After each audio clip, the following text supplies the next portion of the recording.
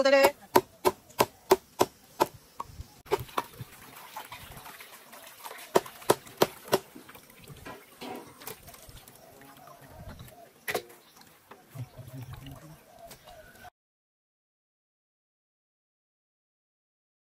আসসালামু আলাইকুম, আয়েশা সেদ্দি কিচেন থেকে চলে আসলাম একটা মাশকালার ডাল রেসিপি নিয়ে।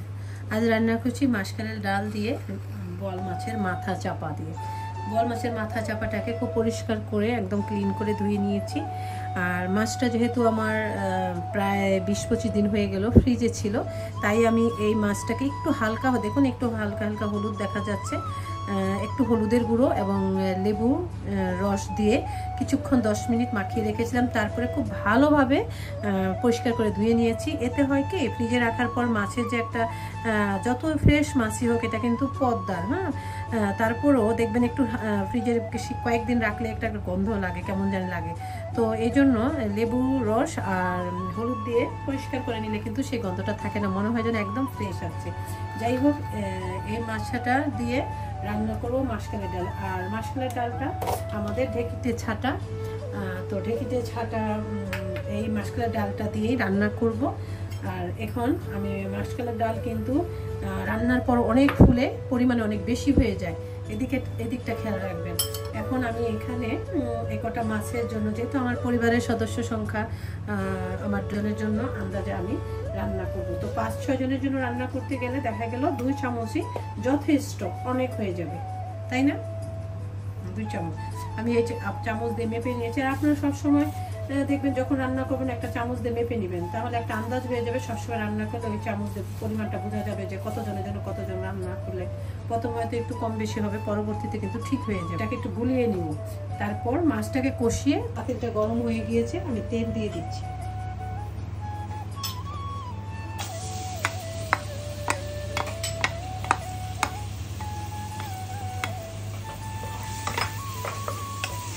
পেঁয়াজটা দেখুন একটু কাঁচা কাঁচা গন্ধ চলে গেছে।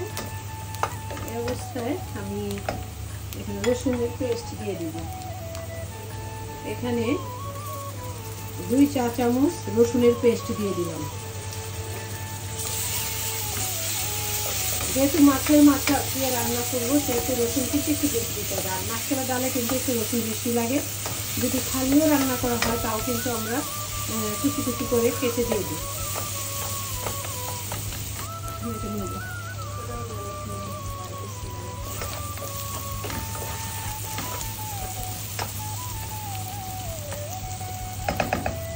এখন এখানে দিয়ে দেবো আদা পেস্ট 1 চা চামচ,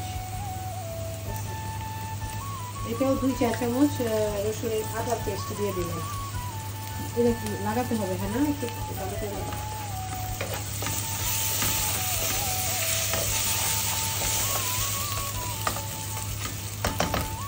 এখন এখানে আমি হলুদের গুঁড়ো, মরিচের গুঁড়ো দিয়ে দিব।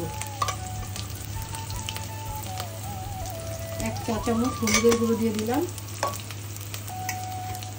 মরিচের গুঁড়ো দিয়ে দিলাম 1 চা চামচ। এখানে একটু পানি দেওয়া মতো, এখানে দিয়ে দাও, ঢেলে দাও, ঢেলে দাও।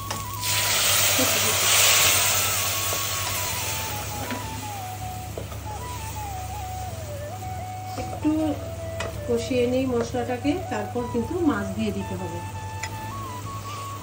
এখানে কিন্তু লবণ দেওয়া হয়নি, এখন লবণ দিয়ে দিচ্ছি।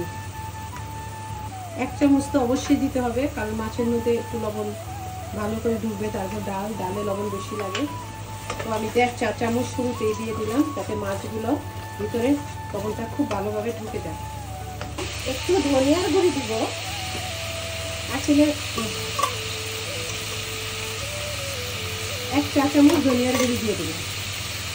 জন্য কিন্তু একটু মশলা অ্যাড করতেই হবে।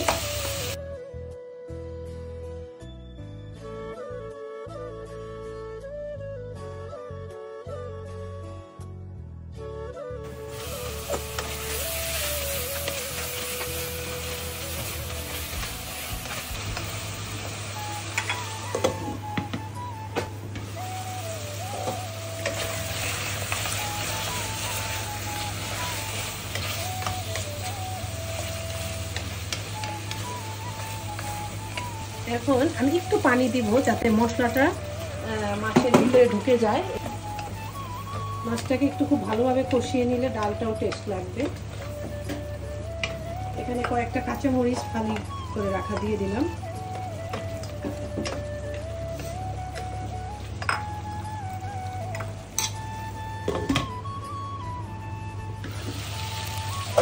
মাছটা কষানো হয়ে গেছে দেখুন। এখন এই যে দেখুন আমি এখানে পানি দিয়ে গুলিয়ে নিয়েছি। এখন এটাকে খুব সুন্দর করে, হ্যাঁ না, এখানে একটু গরম পানি দাও, এটাকে একটু কষিয়েই পানি দিয়ে দিব। এটা মতো পানি গরম পানি দিয়ে দাও না, হাতে না, ওটা পানি দিয়ে গুলে রেখেছিলাম কিছুক্ষণ, একদম শক্ত হয়ে গেছে। এখানে পানি দিয়ে দেবো না,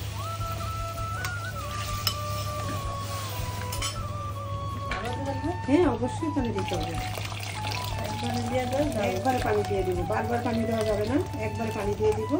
এই পানির মধ্যে ডালটা হয়ে যাবে আস্তে আস্তে আস্তে আস্তে। আর একটু পানি লাগবে না। ধনিয়া পাতা কেটে রাখো যাতে হয়ে গেলে দিতে পারি।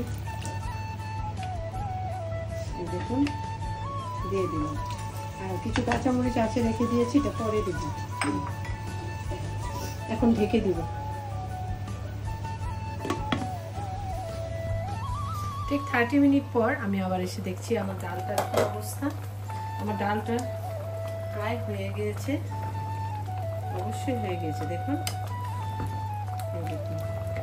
আঠাটা হয়ে গিয়েছে, মানে আমার ডালটা হয়ে গেছে। হ্যাঁ না, চামচ দাও তোমাকে, টেবিল স্পুন দাও, কিছু কাঁচামরিচ দাও। এই দেখুন ডালটা হয়ে গিয়েছে, আঠা আঠা একদম সিদ্ধ হয়ে গিয়েছে ডালগুলো। আর এখন আমি একটু দেখবো লবণটা কেমন হয়েছে, ঝালটা কেমন হয়েছে। লবণ টবণ সব ঠিক আছে, পারফেক্ট, কি লাগবে না, না সব ঠিক আছে, সুন্দর হয়েছে। ধনিয়া পাতা দাও। এখন কিছু আস্ত কাঁচামরিচ দিয়ে দিলাম।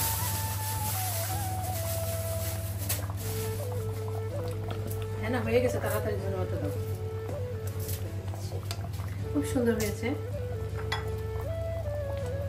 এই ধনিয়া পাতা দিয়ে দিচ্ছি, এটা বিলাতি ধনিয়া পাতা বলে এটাকে। হ্যাঁ, আমাকে আর কয়েকটা ধনিয়া পাতা দাও। এই তো আরো কিছু ধনিয়া পাতা দিয়ে দিচ্ছি। দেখুন ডালটা কতটা সুন্দর হয়েছে, দুর্দান্ত স্বাদ হয়েছে। কিন্তু আশা করি ভালো লেগেছে। আপনারা কিন্তু অবশ্যই বাসায় রান্না করে এইভাবে খাবেন, খুবই মজা। আর আমার রেসিপিটাকে কিন্তু বেশি বেশি করে শেয়ার করবেন। এখন দেখুন আমার ডালটা কত সুন্দর হয়েছে। আমি এখন খাওয়ার জন্য এটাকে রেডি করে নেব।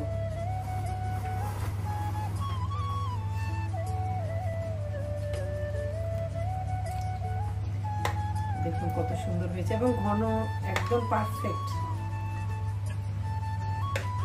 আপনারা চাইলে এটাকে যে কোনো মাছ দিয়ে খেতে পারেন। যে কোনো মাছ বলতে শোল মাছের মাথা চাপা, লেজা, বোয়ালের মাথা চাপা, রুই মাছের মাথা চাপা, সবকিছু দিয়ে কিন্তু আপনারা খেতে পারেন।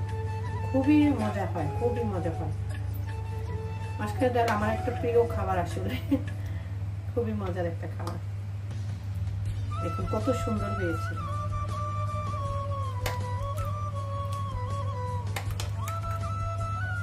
এখন খাওয়ার জন্য আমি রেডি করে নিচ্ছি। আপনারাও এভাবে রান্না করবেন আর আমার রেসিপিটাকে বেশি বেশি করে কিন্তু শেয়ার করবেন। অনেক অনেক দোয়া ও ভালোবাসা আপনাদের জন্য।